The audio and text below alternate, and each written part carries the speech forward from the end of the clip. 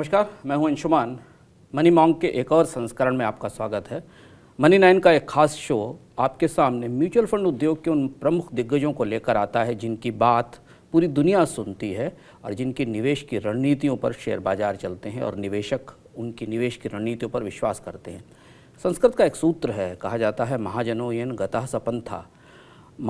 प्रमुख लोग या ज्ञानी लोग जिस रास्ते पर जाते हैं वही रास्ता होता है। निवेश की दुनिया लगभग ऐसी ही है। निवेश की दुनिया में कुछ खास दिग्गज लोग निवेश की रणनीतियां बताते हैं और वे रणनीतियां बाद में बाजार के लिए मंत्र, सूत्र और आधार बन जाती हैं। और आज हमारे साथ एक ऐसे ही व्यक्ति, एक ऐसी ही शख्सियत मनी मॉन्ग में उपलब्ध हैं। SBI म्यूचुअल फंड के joint CEO DP Singh ji. DP Singh ji का मैं स्वागत करता हूं। इससे पहले कि हम सवाल शुरू करें, DP सिंह जी भारत के म्यूचुअल फंड उद्योग में सबसे अनोखी और सबसे भरोसेमंद और सबसे अनुभवी तजुर्बेकार शख्सियत हैं। भारत के म्यूचुअल फंड उद्योग में निवेश बैंकर्स तो बहुत से हैं, पर आपने बहुत कम लोगों को ऐसा देखा होगा जिन्होंने सामान्य रिटेल बैंकिंग से लेकर पुराने ज़माने की बैंकिंग से लेकर मर्चेंट बैंकिंग और म्यूचुअल फंड तक का सफ़र तय किया है।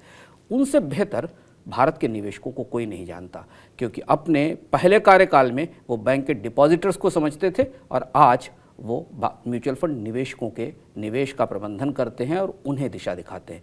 DP सिंह से बेहतर आज के दौर में आपको कोई नहीं बता सकता कि बैंकिंग और म्यूचुअल फंड कहाँ एक दूसरे से मिलते हैं, कहाँ एक दूसरे से प्रतिस्पर्धा करते हैं और एक निवेशक के तौर पर आपको बैंक के साथ कितना रहना चाहिए और म्यूचुअल फंड के साथ कितना रहना चाहिए, इसकी क्या रणनीतियाँ हों। आज हम विस्तार से बात करेंगे और कई नई चीज़ें जानेंगे DP सिंह सर से। DP सिंह सर, आपका स्वागत है। मैं पहला सवाल आपसे शुरू करता हूँ क्योंकि जो हमारे जो छोटे निवेशक, आम निवेशक हैं, वो आम तौर पर अभी भारत का म्यूचुअल फंड उद्योग या म्यूचुअल फंड निवेश का दौर शुरू हो रहा है। अगर मैं आपसे पूछूं कि आज आप निवेश शुरू करते जी, एक सामान्य निवेशक होते जैसे हमारे कैमरा पर्सन हैं, हम लोग हैं, अगर आज आप निवेश शुरू करते तो आज पहली बार अगर आप निवेश करते तो आप कौन से म्यूचुअल फंड्स चुन रहे होते?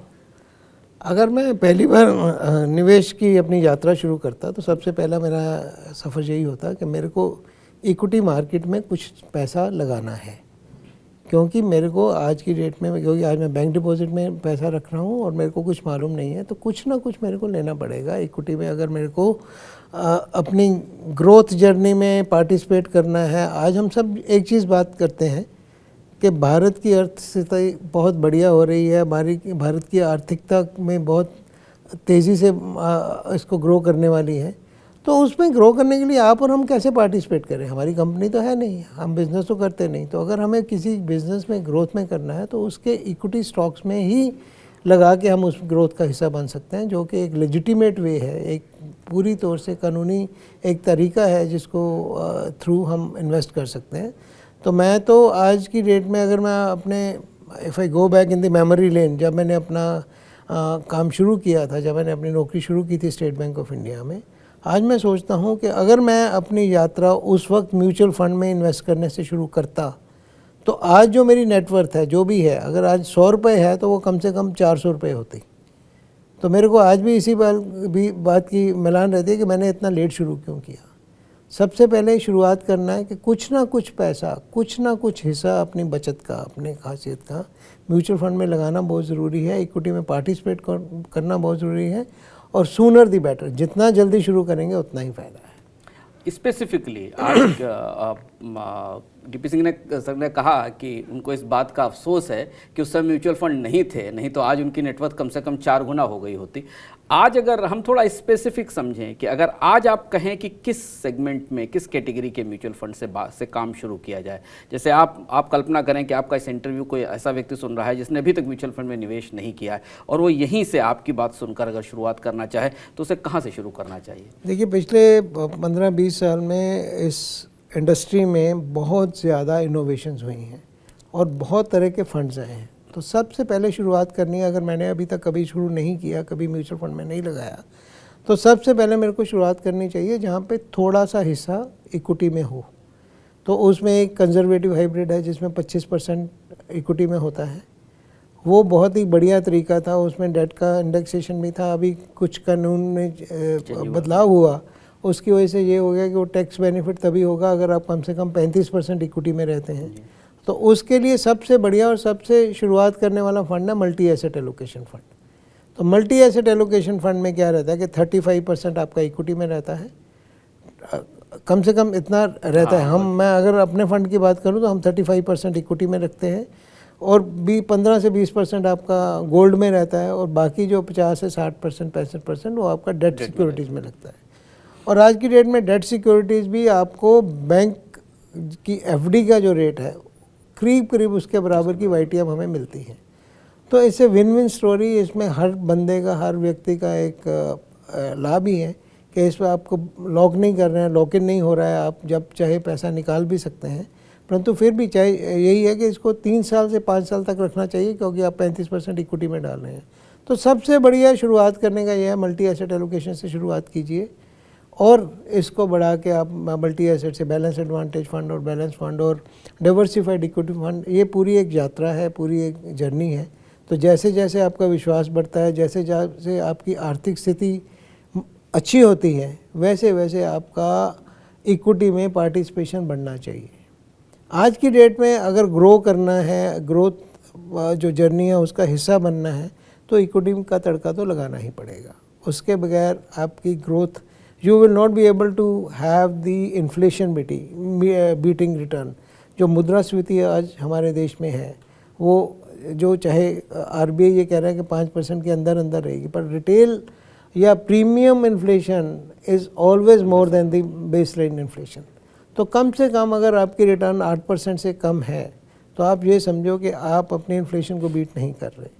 अगर इन्फ्लेशन बीटिंग रिटर्न चाहिए, ग्रो करना है, तो 10 से 12% की रिटर्न आपको इक्विटी से ही मिल सकती है या इक्विटी हाइब्रिड से मिल सकती है, और कहीं नहीं मिल सकती। तो DP सिंह जी का पहला मंत्र 2 चीज़ें, फिर हम अगले सवाल पर चलते हैं। अगर आप निवेश शुरू कर रहे हैं तो हाइब्रिड फंड में मल्टी एसेट फंड चुनिए और बाजार में अच्छे मल्टी एसेट फंड्स हैं। ये पहला मंत्र है कि आप कोई रिस्क मत लीजिए, अपने रिस्क को कवर करिए, लेकिन आपको इक्विटी, गोल्ड और डेट तीनों जगह के रिटर्न का फ़ायदा मिलता है। ये पहला। दूसरा महत्वपूर्ण मंत्र जो हमेशा याद रखिए वो ये कि अगर आपका म्यूचुअल फंड इन्फ्लेशन को बीट कर रहा है तभी आप फ़ायदे में हैं, अन्यथा आप नुकसान में रहते हैं और इन्फ्लेशन बीटिंग रिटर्न आपको बनाने चाहिए। हम दूसरे सवाल की तरफ आते हैं। म्यूचुअल फंड पर इतना प्रचार होता है, इतना कैंपेन होता है, आप जैसे लोग जिनकी बात सुनकर लोग निवेश भी करते हैं, पर फिर भी भारत में आज भी ज़्यादा लोग, इतने भी लोग म्यूचुअल फंड में पैसा नहीं लगाते जितने लोग क्रिप्टो और लॉटरी में पैसा लगा रहे हैं।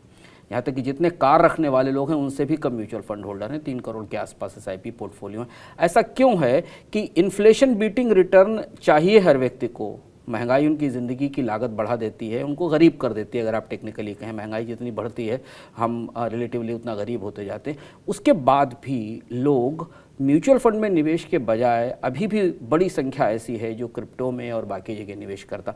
ऐसा क्या है जो म्यूचुअल फंड आकर्षित नहीं कर पाता?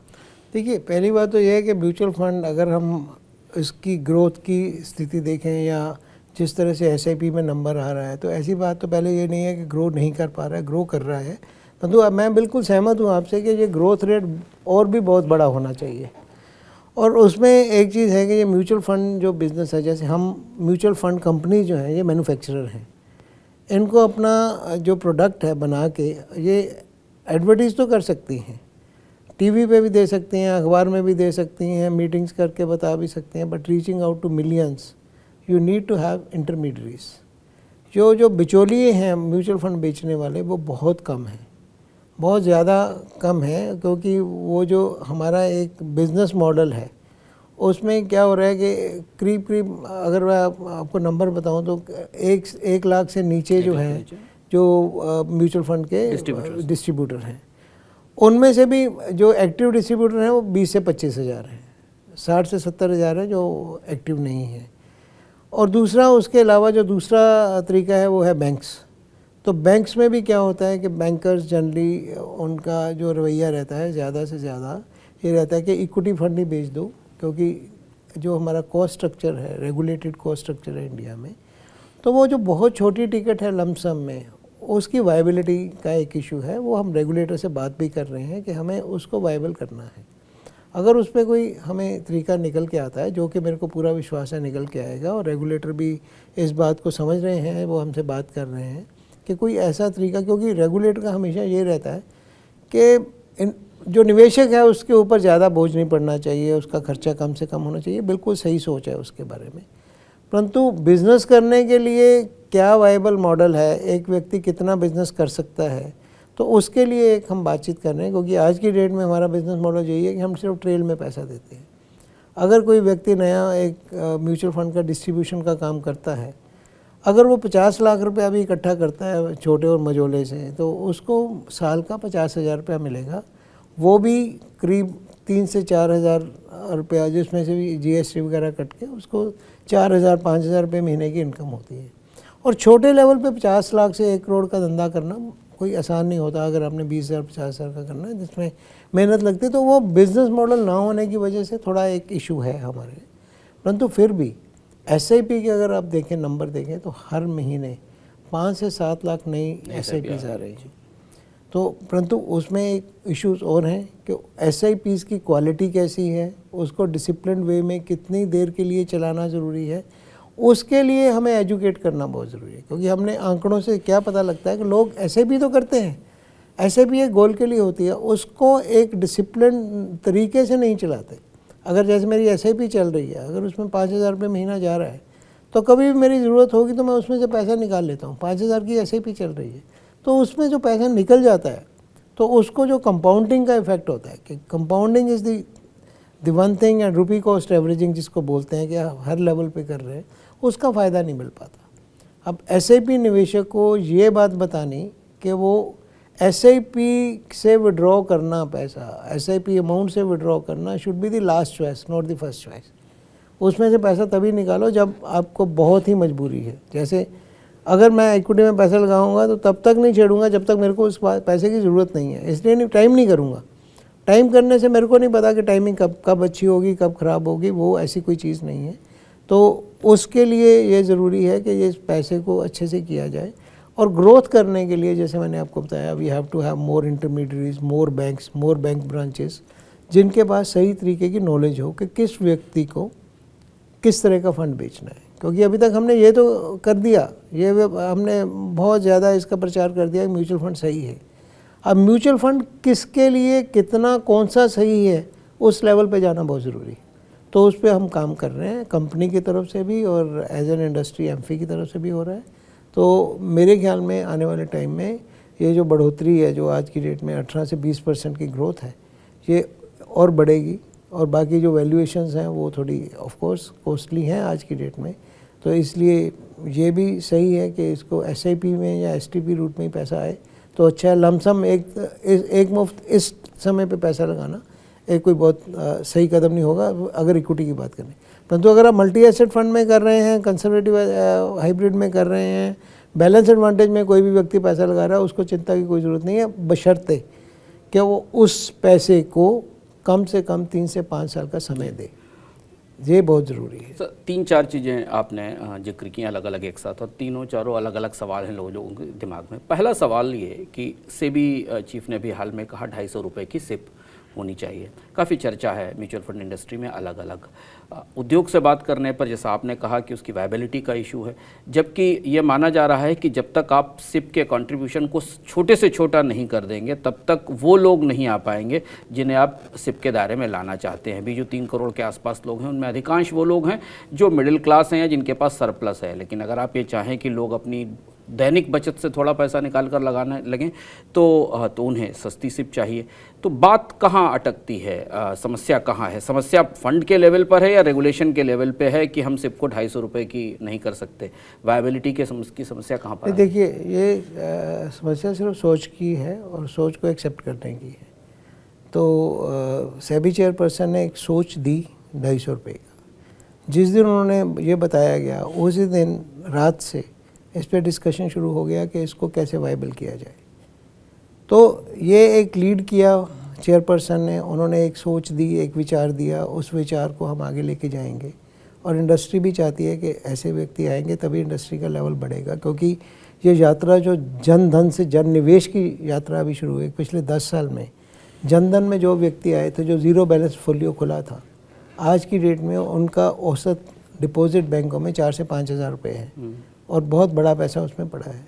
अब वो व्यक्ति अगर 250 रुपये की, वो व्यक्ति या ऐसे और व्यक्ति जिनका पहले ही खाता था, तो 250 से 500 रुपये की सिप करते हैं, तो एक बड़ा वाजिब है। उसके लिए कुछ डिस्पेंसेशन चाहिए होंगे रेगुलेटर की वजह से, जो रेगुलेटर उस पर बात कर रहे हैं, उस पर अपना विचार करके वो भी हमें पूरा विश्वास है वो डिस्पेंसेशन देंगे, क्योंकि ऑपरेशनल कॉस्ट है। अगर अब मैं आपको एक वायबिलिटी के हिसाब से बताऊं तो हमारी जो मैनेजमेंट फ़ीस होती है, जो हमारी कमाई होती है किसी में, तो वो जनरली 60 से 70 पैसे होती है।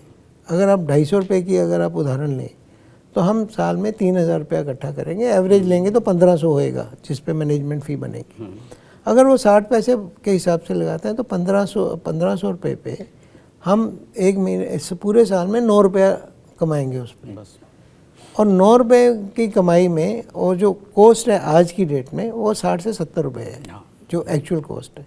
तो उसके ऊपर काम हो रहा है। यूपीआई आ गया है, this is a public kind of infrastructure, जिसको आमतौर पे जनतक एक इंफ्रास्ट्रक्चर जो है उसको यूज़ करके, तो उस पर बातचीत चल रही है। तो इसमें कोई ऐसा कब तक आपको लगता है कि नहीं देखिए, जब सोच आ जाती है तो उसका सिर्फ टाइम का हो सकता है, या 3 महीने लगेंगे या 6 महीने लगेंगे या 1 महीना लगेगा। जितनी तेज़ी से हम करेंगे वो होगा। परंतु एक चीज़ हमें समझनी चाहिए कि इसके अलावा ये जो छोटे लेवल पे, उसके अलावा मिडिल लेवल पे अगर आज की डेट में जब हम आंकड़े देखते हैं, या तो पैसा आ रहा है एसआईपी के ज़रिए, या पैसा आ रहा है उसके अलावा सिर्फ लमसम जो क्रीमी लेयर है 10 लाख भी नहीं, जो लमसम जो है वो भी बड़ी टिकट का, बड़ा टिकट जो आज की डेट में जो मिडिल है, मिडिल ऑफ द पिरामिड जिसको हम बोलते हैं, जिनके पास ये व्यवस्था है कि वो 50,000, 1 लाख, 2 लाख रुपए लगा सकते हैं, उनको कोई बिजनेस वाला, ये जब हम कहते हैं ना कि म्यूचुअल फंड B2B है, हम मैन्युफैक्चरर हो गए जो डिस्ट्रीब्यूटर है, उसके लिए 50,000 या 1 लाख रुपए की एप्लीकेशन लेके उसको प्रोसेस करना वो वायबिलिटी नहीं लगती। वो भी या SIP कर रहा है कि मेरी एन्युटी बन जाएगी अगले 5 साल के लिए, या वो व्यक्ति जो है बड़ी टिकट को देखता है। तो ये जो बीच वाला है उसको करने के लिए थोड़ा विचार करना जरूरी है। हम कर रहे हैं ऑलरेडी इंडस्ट्री लेवल। सर आपने 2 दुविधाएं बताई, एक तो ये कि 250 रुपये की सिप की अपनी एक वायबिलिटी कॉस्ट है, और अभी दूसरा चैलेंज ये है कि म्यूचुअल फंड के पास अपना डिस्ट्रीब्यूशन नेटवर्क नहीं है, क्योंकि डिस्ट्रीब्यूटर्स को उतनी इंसेंटिव्स नहीं दिए जा पाते हैं, और अगर उनके इंसेंटिव बढ़ाए जाएंगे तो म्यूचुअल फंड की कॉस्ट बढ़ेगी। मैं इंसेंटिव बढ़ाने की बात नहीं कर रहा, इंसेंटिव को रीमॉड्यूलेट करने की बात कर रहा हूँ। जैसे आज की डेट में हम ट्रेल करते हैं तो छोटे व्यक्ति को शायद अगर हम इसकी तरफ से, अपने फंड हाउसेस की तरफ से एक साइज़ तक, जब तक उसकी वायबिलिटी नहीं बनती, मतलब अगर आज की डेट में मेरे को किसी व्यक्ति का 6 से 7 लाख, जो कि एक मिनिमम है कि एक डिस्ट्रीब्यूटर है, 6, 7, 8 लाख रुपए का उसकी कमाई ज़रूरी है। जब तक उसकी वो कमाई नहीं बनती उस वक्त तक उसको हैंड होल्डिंग करनी है, उसको अपफ्रंट ब्रोकरेज दे के, या एक ऐसा तरीका लगा के, क्योंकि रेगुलेटर का भी सोचना वाजिब है कि जैसे ही हम किसी छोटे लेवल पे भी अगर हम अपफ्रंट शुरू करेंगे तो देयर मे बी पीपल जो कि पैसा लेके आएंगे, अपफ्रंट लेंगे, फिर बाद में वो पैसा निकल जाएगा, तो उसका पैसा कैसे बनेगा। तो उसका एक तरीका निकालना है डिस्कशन करके कि कैसे इसको किया जाए ताकि इसको वायबल भी बनाया जाए, और इसको ऐसा भी कोई मिसयूज़ की भी कोई ऐसी स्थिति ना आए कि कोई व्यक्ति जो है बीच वाले उस डिस्पेंसेशन को मिसयूज़ कर सके। सर एक चीज़ जो बार बार म्यूचुअल फंड में एक पैराडॉक्स दिखता है, म्यूचुअल फंड में लगातार आप भी और सारे विशेषज्ञ भी और हम लोग भी अपने कार्यक्रमों में कहते हैं कि म्यूचुअल फंड को लंबे समय तक होल्ड किया जाए, पर भारत में इक्विटी म्यूचुअल फंड की एवरेज होल्डिंग 2 साल है, 2 साल से भी कम है, 2 साल से भी कम है। 2 साल में ही म्यूचुअल फंड में इक्विटी इन्वेस्टर अपना इन्वेस्टमेंट बेच के निकल जाता है, और डेट में खींच के 3 साल हो पाती है, 3 साल से कम रह जाती है। तो ये जो पैराडॉक्स है कि जब हम एक तरफ कहते हैं कि म्यूचुअल फंड से तब तक आप नहीं निकलें जब तक आपको बहुत ज़्यादा ज़रूरत ना हो, और एवरेज जो इन्वेस्टमेंट है वो 2 साल में बाहर हो जाता है, ये साइकोलॉजी इन्वेस्टर्स की हमें क्या बताती, या लॉन्ग टर्म का पेशेंस अभी इंडिया के इन्वेस्टर्स में डेवलप नहीं हो पाया, एक सवाल है। दूसरा, लोग कहते हैं कि चूंकि म्यूचुअल फंड और स्टॉक्स दोनों एक साथ मूव कर रहे हैं, और लोगों की नॉलेज में, उनके विजडम में म्यूचुअल फंड और स्टॉक एक साथ आते हैं, स्टॉक बहुत हाई ट्रेडिंग कमोडिटी या हाई ट्रेडिंग इंस्ट्रूमेंट है जिसके जरिए लोग साल 2 साल के टारगेट्स के हिसाब से यूज़ करते हैं और निकलते हैं। सेम वही प्रिंसिपल लोग अपने म्यूचुअल फंड पर भी अप्लाई करते हैं। इसे आप कैसे देखते हैं एज ए फंड मैनेजर, क्योंकि अगर 2 साल तक लोग 2 साल में ही पैसा निकाल लेंगे तो फिर जो लॉन्ग टर्म का कॉर्पस बनाने की बात है या उनकी लॉन्ग टर्म सिक्योरिटीज़ और गोल्स हैं वो कैसे पूरे होंगे? देखिए, इसमें ना हम लोग, मैं सोचता हूँ कि निवेशकों के ज़्यादा हम लोग खुद मैन्युफैक्चरर इसके लिए जिम्मेवार हैं, क्योंकि जब हम बात करते हैं निवेश की, हम ये कहते हैं कि हमारा एक नैरेटिव होता है कि सर अगर आप मेरे निवेशक हैं तो मैं आपको बोलूँगा कि जी आप इक्विटी में पैसा लगा रहे हैं तो 3 से 5 साल तक लगाइए, परंतु दूसरे ही वाक्य में मैं ये बोल देता हूँ कि जब भी पैसा चाहिए होगा निकाल लीजिएगा। तो वी आर गेटिंग 3 साल का 5 साल का पैसा विद द नैरेटिव के सेविंग बैंक की तरह जब चाहिए हो निकाल लो। तो हम लिक्विडिटी बहुत ज़्यादा बेच रहे हैं। We have to sell little illiquidity. हमें थोड़ा एग्जिट लोड या क्लोज एंडेड फंड्स की तरफ जाना पड़ेगा, उसको टाइम देना पड़ेगा, क्योंकि फंड मैनेजर जो है ना वो अपना काम करता रहता है। वो ऐसा नहीं है अगर कोई स्टॉक महंगा हो गया तो उसको निकाल देगा, उसकी जगह कोई दूसरा स्टॉक लेगा। वो ट्रेडिंग करता रहता है, उसका आपको कुछ पता भी नहीं चलता निवेशक को। वो जो आपने जो बात बोली बिल्कुल सही है, इसको स्टॉक्स की तरह नहीं देखना चाहिए। और दूसरी बात यह है जो आज की डेट में जो नए फंड आए हैं जैसे मल्टी एसेट एलोकेशन या बैलेंस एडवांटेज फंड की जब हम बात करते हैं तो उसमें बिल्कुल सीधा है कि आप इसमें आप इसको 10% भी इक्विटी रख सकते हैं, इसमें 90% भी रख सकते हैं, 100% भी रख सकते हैं। वो पूरा एक तरीका बना हुआ है। तो फंड मैनेजर अपना कर, जब महंगा होगा तो वो डेट में चला जाएगा, आर्बिट्राज में चला जाएगा, जब बाज़ार सस्ता होगा तो अपनी इक्विटी बढ़ा देगा। तो इन चीज़ों के ऊपर विश्वास करना बहुत ज़रूरी है। फंड मैनेजर के ऊपर विश्वास करना बहुत ज़रूरी है। फंड मैनेजर अपना काम करता है और इस पर लिक्विडिटी के ऊपर थोड़ा हमें काम करना है कि कैसे हम लोगों को एजुकेट करें कि बहुत ज़्यादा लिक्विड एसेट मत समझें। अभी हमने जितना भी माल बेचते हैं वो यही बेचते हैं हर एक, अरे साहब लगा दीजिए, मार्केट अच्छी चल रही है, 6 महीने में पैसा बनेगा, निकाल लेना।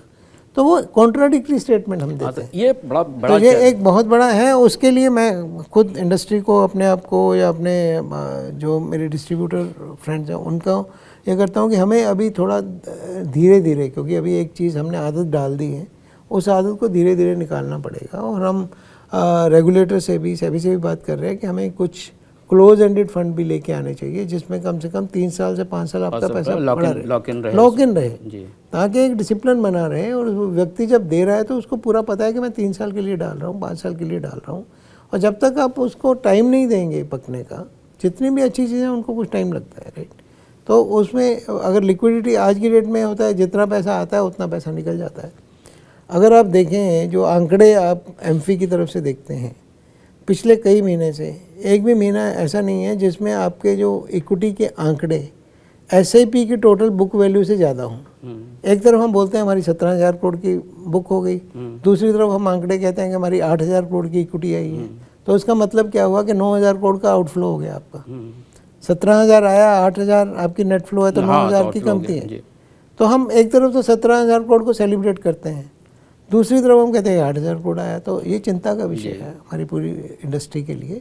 हमारा हर महीने का आंकड़ा ऐसे भी बुक से ज़्यादा होना चाहिए, तब हम सोचेंगे कि हम एक इंडस्ट्री के तौर पे हमने सही काम किया है। या दूसरा इसमें लोग अभी पैसा कंटिन्यूसली डाल रहे हैं। तो आपको लगता है कि म्यूचुअल फंड उद्योग को इक्विटी इन्वेस्टमेंट या इक्विटी बेस्ड फंड को उतना इनकरेज नहीं करना चाहिए? चर्चा में सिद्धांत के तौर पर आप, जैसे बहुत सारे लोग कहते हैं कि बैलेंस एडवांटेज फंड में, हाइब्रिड फंड में जाइए, बट जैसे ही आप म्यूचुअल फंड को टच करें तो ऐसा लगता है जैसे कि बाजार को इक्विटी फंड पसंद है, इन निवेशक को इक्विटी फंड पसंद है, डिस्ट्रीब्यूटर को इक्विटी फंड पसंद है, यहाँ तक कि और ज़्यादा हाई बीटा वाले जो इक्विटी फंड हैं जिनमें कि स्मॉल कैप और मिड कैप वाले, वो ज़्यादा पसंद हैं। पिछले 1 साल के भीतर लोगों ने अपने इन्वेस्टमेंट की शुरुआत ही small cap mid cap fund में पैसा लगा कर की, जबकि आप सुझाव ये देते हैं कि उनको हाइब्रिड फंड में जाना चाहिए, बैलेंस एडवांटेज फंड में जाना चाहिए। उनका पहला फंड, उनका पहला पैसा शुरू ही हुआ स्मॉल कैप और मिड कैप फंड से, जिसमें तेज वॉलेटिलिटी है। और तो वो तो निवेश फिर लॉन्ग टर्म नहीं था, वो तो as good as buying small cap stock था। तो म्यूचुअल फंड इंडस्ट्री के अपने कम्युनिकेशन में, उसके अपने प्रमोशन में कहाँ चैलेंज है? देखिए प्रमोशन हो रहा है, प्रमोशन की तरफ से नहीं, परंतु एक जैसे मैंने बोला ना कि हम एक कॉन्ट्राडिक्टरी स्टेटमेंट दे देते हैं कि ये 3 साल से 5 साल तक रही है और साथ में जब भी पैसा चाहिए निकाल लीजिए। तो ये कॉन्ट्राडिक्टरी स्टेटमेंट होती है जिसकी वजह से हमें दिक्कत हो रही है। ये जो आपने बोला कि स्मॉल कैप फंड, देखिए उसमें हम ये नहीं कह सकते वो मिस सेलिंग हुई है या कम से नहीं, क्योंकि हम अब जब बात कर रहे हैं डेट की, तो वो व्यक्ति अगर ये डिसाइड करेगा मेरे को 5% ही इक्विटी में डालना है, मेरे को नहीं पता उस व्यक्ति ने जो 100% स्मॉल कैप में डाला उसका 90% बैंक डिपॉजिट में पड़ा हो। अगर वो ऐसा है और सिर्फ 5 से 10% स्मॉल कैप में डाल रहा है तो इतना गलत नहीं है, परंतु अगर वो 100% सेविंग को स्मॉल कैप में डाला तो बहुत गलत है। तो ये उसका पूरा बैलेंस शीट समझना, बैलेंस शीट देखना कि वो हमारा ऐसे ट्रांसपेरेंटली विजिबल नहीं होता। हम तो ये कहता हूँ, अगर मेरे को आज की डेट में, अगर मैं अपनी बात करूँ तो आज की डेट में मेरा बैंक डिपॉजिट में पैसा नहीं है, तो दैट डजंट मीन कि मेरे को बैंक डिपॉजिट अच्छा नहीं लगता। मेरे को नॉलेज है, मेरे को डेट फंड के बारे में पता है, मेरे को आर्बिट्राज के बारे में पता है, मेरे को लिक्विड के बारे में पता है, इसलिए मैं अपना बैलेंस करके चलता हूँ।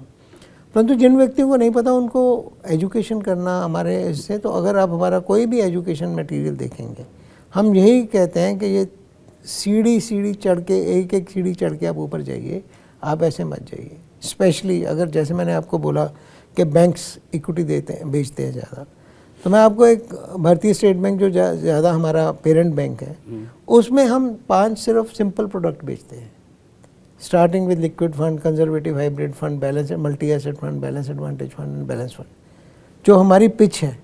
उसके बावजूद भी व्यक्ति आके जब मांगता है तो हमारी बुके पे है, अगर कोई स्मॉल कैप में लगाना चाहता है या मिड कैप में लगाना चाहता है, लगा सकते हैं।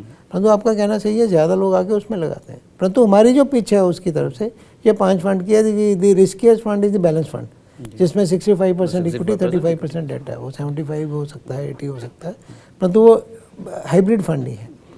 इसका मतलब ये नहीं कि हमारे equity fund, one of the best equity funds are there with us, क्योंकि हिंदुस्तान में इतने बड़े इन्वेस्टर बेस है, हर तरह के एक निश है। इवॉल्व इन्वेस्टर हैं जो बहुत इवॉल्व हो चुके हैं, पिछले 20 साल से एक्सपीरियंस है, उनको उतार चढ़ाव से कोई फ़र्क नहीं पड़ता। जो एक नया व्यक्ति आता है उसको एक दिन भी मार्केट गिरती है तो उसको परेशानी हो जाती है कि मेरा पैसा परमानेंट लॉस हो गया, जबकि वो नोशनल लॉस होता है। तो ये जर्नी है, स्टार्ट हुई है, ज़्यादा लोग आ रहे हैं, SIP के थ्रू जो आ रहे हैं 4 करोड़, मेरे को लगता है कि आने वाले टाइम पर लमसम भी लगाएंगे और 4 करोड़ जब आएंगे तो हमारा यही होना चाहिए कि कम से कम अगले 3 साल में 4 करोड़ जो अपना 3 करोड़ का बेस है, इसको 10 करोड़ से पे लेके जाना है। और जो छोटे लेवल पे जो बात हो रही है SIP की, इस पे भी काम करेंगे।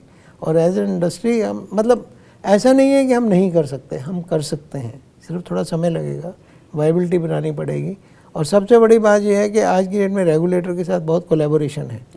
वो बात सुनते हैं, बात समझाते हैं, समझते हैं और फिर बहुत जल्दी एक डिसीज़न लेते हैं, तो उसका एक बहुत बड़ा फ़ायदा है हमें। तो सर, एक और बाज़ार में अब नए तरीके की होड़ शुरू हो रही है, क्योंकि आप दोनों हिस्सों से आए हैं। आपका पुराना हिस्सा रिटेल बैंकिंग से, अब FD वर्सेस म्यूचुअल फंड की होड़ है बाज़ार में। बैंक्स अपने फिक्स डिपॉजिट को, चूँकि इंटरेस्ट रेट हाई है, तो बैंक्स अपने फिक्स डिपॉजिट को पुश कर रहे हैं, सेल कर रहे हैं, अपसेल कर रहे हैं।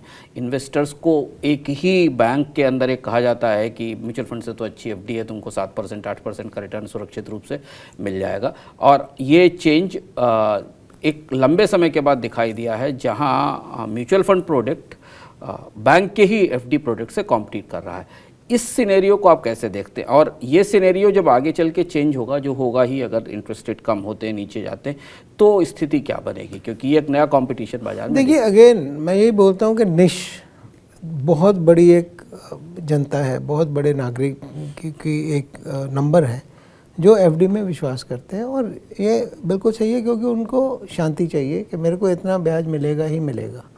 अब उसमें ये कोई लो इंटरेस्ट रेट ब्रैकेट में है बंदा, उसके लिए हर हालत में FD एक बहुत बढ़िया प्रोडक्ट है, जिसको टैक्स की कोई वो नहीं है, और 7-8% से अगर उसको FD मिलती है तो वो लगाए। जहाँ तक कंपटीशन का सवाल है, मैं तो ये कहता हूँ कि इतना बड़ा पैसा अगर हम बैंक डिपॉजिट को छोड़ दें और ऐसी पोंजी स्कीम में, क्रिप्टो में, जैसे आपने पहले बोला, ऐसे डेरिवेटिव में इतना लोग पैसा, लॉटरीज में इतना पैसा बर्बाद कर रहे हैं, अगर उनको समझा के हम वो पैसे ही लें ना, हमें बैंक डिपॉजिट भी बढ़ते रहेंगे, हम भी बढ़ते रहेंगे। बैंक डिपॉजिट भी बढ़ना देश की आर्थिकता के लिए बहुत ज़रूरी है। अगर बैंकों के पास डिपॉजिट नहीं होंगे तो क्रेडिट कैसे बढ़ेगा, क्योंकि उनको भी अपनी कैपिटल एडिक्वेसी का ध्यान होता है। तो बैंक तो करेंगे, परंतु हर एक व्यक्ति 100% बैंक में नहीं डालता। अगर आज देखो, जो भी एक हाई इनकम वाला बंदा है, उसका 100% आप नहीं मानोगे। एक छोटे लेवल पे, मझोले लेवल पे है लोग जो FD पे डालते हैं। तो जो थोड़े इवॉल्व हो चुके हैं, उनको पता है कि मार्केट रिलेटेड प्रोडक्ट क्या है, मार्केट, इवन स्मॉल सेविंग में जो पैसा डालते हैं, उनको समझ आ रहा है कि स्मॉल सेविंग में पैसा ना डाल के अगर वो म्यूचुअल फंड के थ्रू लगाए तो लिक्विडिटी भी ज़्यादा है, रिटर्न भी उतनी मिल जाएगी और टैक्स एफिशिएंसी भी है। लेकिन सर, तीनों चीज़ें, जहाँ म्यूचुअल फंड और FD के बीच में कंपटीशन दिखता है बाजार में, इन्वेस्टर की साइकी में, वो एश्योर्ड रिटर्न का है। 3% मिनिमम है, मिनिमम 3 से 4% है। और अगर वो 8% पे FD लेके 9% 9.5% पे देंगे, जिसमें ऑपरेशनल कॉस्ट भी घुस जाएगा, तो उनका नेम हमेशा कम होता रहेगा। This is a cyclical topical thing at this moment. ये हमेशा के लिए नहीं चलने वाला, पर ठीक है जब चल रहा है। पर एफडी एक अच्छी प्रोडक्ट है, उनके लिए जो निश्चितता चाहते हैं उनको रहने दीजिए वहाँ पे। उसके अलावा बहुत पैसा है। बैंकों की बात करूँ तो जैसे मैंने आपको बोला सेविंग बैंक अकाउंट या और ऐसे हैं, या इसके अलावा बहुत से ऐसी जगह हैं जो लोग, यहाँ के भारत की जनता, यहाँ के नागरिक अपना पैसा बिना किसी रेगुलेटरी फ्रेमवर्क के पैसा अपना गुवा देते हैं। तो वो पैसे को लेके आना बहुत ज़रूरी है। और पैसा बढ़ोतरी भी तो हो रही है, पैसा बन भी रहा है। देखिए जब हमारी मार्केट, हमारी जो पर कैपिटल जीडीपी थी वो 700-800 डॉलर थी आज से करीब 5 साल पहले। आज हम 2200-2300 पे पहुंच गए हैं, 2300 से ऊपर है, 2340 टू बी प्रिसाइज। तो ऐसे में लोगों के पास सरप्लस भी तो बढ़ता है। तो एफडी में पैसा जाता रहेगा, म्यूचुअल फंड में पैसा आता रहेगा। म्यूचुअल फंड के debt funds as of now are under stress, क्योंकि वो उसमें पैसा ज़्यादा नहीं आ रहा for 2 reason. One because of the change in the taxation, and second because FDs are giving better rate. But let it be, क्योंकि इक्विटी मार्केट इतनी अच्छी चल रही है, या इक्विटी में शॉर्ट टर्म में ऐसे बहुत से हैं। परंतु मेरे को नहीं लगता कि इसमें कभी ऐसा आएगा कि परमानेंटली डेट फंड नहीं चलेंगे या परमानेंटली इक्विटी नहीं चलेंगी। ये सिक्लिकल गेम है, चलती रहेगी ऐसे। म्यूचुअल फंड इंडस्ट्री अभी भी जिस तरह से प्रोडक्ट सेल करती है वो आमतौर पर इन्वेस्टमेंट प्रोडक्ट या इन्वेस्टमेंट के होराइजन्स के हिसाब से सेल किए जाते हैं। जब हम निवेशकों से बात करते हैं तो हमें दिखाई देता है कि भारत का जो निवेशक है वो गोल्स पे बेस्ड है, उसकी लाइफ के अपने गोल्स हैं।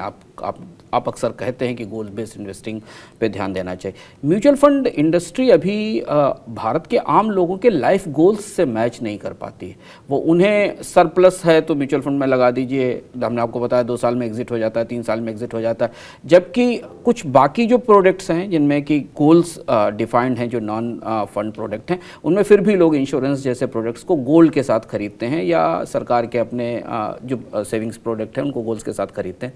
ऐसा क्या मिसिंग है आपके हिसाब से? ऐसा क्या कैसा क्रिटिकल गैप है भारत की म्यूचुअल फंड इंडस्ट्री में कि वो इन्वेस्टर को उसके गोल्स के हिसाब से प्रोडक्ट ऑफर नहीं कर पाता है? जैसे मान लीजिए कोई एक व्यक्ति अभी अपनी निवेश शुरू करना चाहता है और वो चाहता है कि 10 साल बाद वो विदेश में पढ़ाई करने जाए, तो उसके लिए कस्टमाइज प्लान या पैकेजेस म्यूचुअल फंड के कौन से होने चाहिए? ये इस तरीके के प्रोडक्ट्स चाहिए लोगों को भारत में निवेश के लिए। ऐसा क्यों नहीं हो पाता? देखिए इसके 2 तरीके हैं, इसके 2 तरह के सोल्यूशन दे सकते हैं। एक तो रेगुलेटरी अलाउड सोल्यूशन है जी। तो रेगुलेटरी अलाउड सोल्यूशन जिसको सेबी ने कैटेगरी बना दिया है वो 2 हैं सिर्फ। एक चिल्ड्रन बेनिफिट फंड, चिल्ड्रन के बच्चों के लिए है, जो आपने जैसे आपने बोला कि 10 साल के बाद पढ़ाई के लिए जाना है तो उसमें लगा दीजिए। 10 साल तक आप पैसा नहीं निकाल सकते, 5 साल मिनिमम पीरियड है, आप पैसा नहीं निकाल सकते। जब बच्चा 18 साल का जब होएगा उसके बाद पैसा लगा रहेगा, जब भी उसको चाहिए उसमें से पैसा निकाला जा सकता है। और मामूलन हमने देखा है कि ऐसे फंड बहुत अच्छे कैपिटल बहुत अच्छा रिटर्न बिल्टअप करते हैं और बहुत बढ़िया। उसका रीज़न क्या है? उसका रीज़न 2 है। एक तो फंड मैनेजर को पूरी ये होती है कि मेरे को अच्छा बिजनेस खरीदना है जो कि आगे आने वाले टाइम में अच्छा चलने की उम्मीद है, तो उसे स्टॉक में लगा के वो अच्छा रिटर्न दे सकते हैं। मैं एक एग्जांपल, मैं सेल्स पिच के लिए नहीं, हमने सितंबर 2020 में एक अपना चिल्ड्रन बेनिफिट लॉन्च किया 10 रुपये पे NAV पे। आज उसकी NAV 3.5 गुना है। सारे चिल्ड्रन फंड्स अच्छा कर रहे हैं, सारे चिल्ड्रन मार्केट के सारे चिल्ड्रन फंड अच्छा कर रहे हैं, क्योंकि वहाँ पे छोड़ दिया जाता है पैसे को, आप लगाओ और इसमें हमें वेल्थ क्रिएट करके दो। तो जब फंड मैनेजर को होता है नहीं मेरे को लिक्विडिटी का ध्यान नहीं रखना कि मेरे को पैसा निकलने वाला नहीं है इसमें से, तो वो एक अच्छे तरीके से चला सकता है। दूसरा फंड है रिटायरमेंट फंड, जिसमें अगेन एक रेगुलेटरी कैटेगरी है जिसमें एक अच्छा पैसा आ सकता है। परंतु ये स्केल अप नहीं हुए, बहुत ज़्यादा नहीं बने और वैराइटीज भी नहीं है, क्योंकि हमने लिक्विडिटी इतनी भेज दी है। हर एक व्यक्ति जो करना भी चाहता है रिटायरमेंट के लिए, साथ में ये चाहता है कि मेरे को ऐसी जगह लगाऊं अगर ज़रूरत पड़ जाए, खुदा ना खास्ता अगर ज़रूरत पड़ जाए तो मैं निकाल सकूं। वो सोच को थोड़ा बदलना पड़ेगा डिसिप्लिन वे में, जैसे मैंने बोला। तो 2 तरह के एक सोल्यूशन, एक तो रेगुलेटरी हो गए, ये 2 हो गए। उसके अलावा गोल्स के हिसाब से अपने जो सोल्यूशन है अपने तरीके निट करने पड़ते हैं कि मेरे को किस स्टेज पे कितना पैसा चाहिए। और वो जो मैंने बोला कि SIP को गोल्स के हिसाब से तो करते हैं, पर वो डिसिप्लिन रहता नहीं है, डिसिप्लिन नहीं रहता, बीच में से पैसा निकालने की एक मंशा रहती है, specially so with the millennials. जो बच्चे हैं आज की डेट में उनको एफडी का समझ नहीं आता, उनको सबको इन्वेस्टमेंट ही करनी है। परंतु इन्वेस्टमेंट में क्या हो रहा है कि वो इन्वेस्टमेंट को ज़्यादा समय देते नहीं, जैसे ही कुछ पैसा बना पैसा निकाल लिया, फिर वो टाइमिंग कर नहीं पाते तो कैसे करेंगे। तो हमारा एक जो प्रॉब्लम है उसको सोल्यूशन करना, एक एजुकेशन करना और रेगुलेटर के साथ काम करके उसको ये बताना कि भैया हमें थोड़े क्लोज एंडेड फंड चाहिए और हमें ऐसे भी क्लोज एंडेड फंड में करनी है कि पैसा आए परंतु उसमें कम से कम 5 साल 7 साल पैसा निकले नहीं। तो ऐसा मेरे को लगता है हो जाएगा, जैसे जैसे हमारे विचार मिलेगी, जब हम बात करेंगे तो ऐसा इसका कोई तरीका निकलेगा। आखिरी सवाल, आप अक्सर वेल्थ क्रिएशन पे चर्चा करते हैं, डीपी सिंह की वेल्थ क्रिएशन की परिभाषा क्या है? लोगों को वेल्थ कैसे क्रिएट करनी चाहिए भारत में, खासतौर से जो भारत जहाँ पर इनकम इनक्वलिटी इतनी ज़्यादा है कि आपको एक तरफ के शेप रिकवरी दिखती है, दूसरी तरफ लोगों के पास 600-700 रुपये पर डे की है। इस स्थिति में वेल्थ का क्रिएशन कैसे हो? देखो, ये 140 करोड़ की जो है ना, हमारे देश में बहुत ही डाइवर्सिटी है, state wise, geography wise, city. अगर महाराष्ट्र की देखें तो महाराष्ट्र में जो बॉम्बे, पुणे, नागपुर, औरंगाबाद, नासिक एक अलग क्लास है, जो छोटे शहर हैं उसकी अलग है जोग्राफी। तो ये जो वेल्थ क्रिएशन है तो परसेंटेज टर्म में होएगी।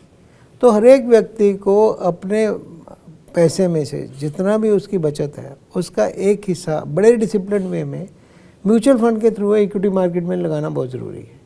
और शुरुआत जैसे हमने शुरू की थी अपनी बातचीत की, शुरुआत होनी चाहिए हाइब्रिड फंड से और उसको आगे लेके जाना है। और ऐसा नहीं है कि 5% स्मॉल कैप में डालो, उसकी जगह 25% आप मल्टी के एसेट क्लास में डालो, तो उसमें स्मॉल कैप मिड कैप, जहाँ डाइवर्सिफाइड फंड में 10% डालो, उसमें भी स्मॉल कैप मिड कैप का आ जाएगा। क्योंकि ये साइकिल्स है, उसका ध्यान रखना पड़ेगा। आज की डेट में स्मॉल कैप बहुत अच्छा कर रहा है। हाँ, जिस व्यक्ति का एक हो गया कि स्टैंडर्ड लेवल से ऊपर है, उसका 20, 25, 30 करोड़ का अगर उसका ऑलरेडी पोर्टफोलियो है, अगर उसको करना है अगला 10 करोड़ भी लगा दे स्मॉल कैप में, because he has the apatite for risk. अपने रिस्क एपेटाइट को देखते हुए शुरुआत कीजिए इससे, परंतु हर एक निश के लिए अपना एक अलग सोल्यूशन है।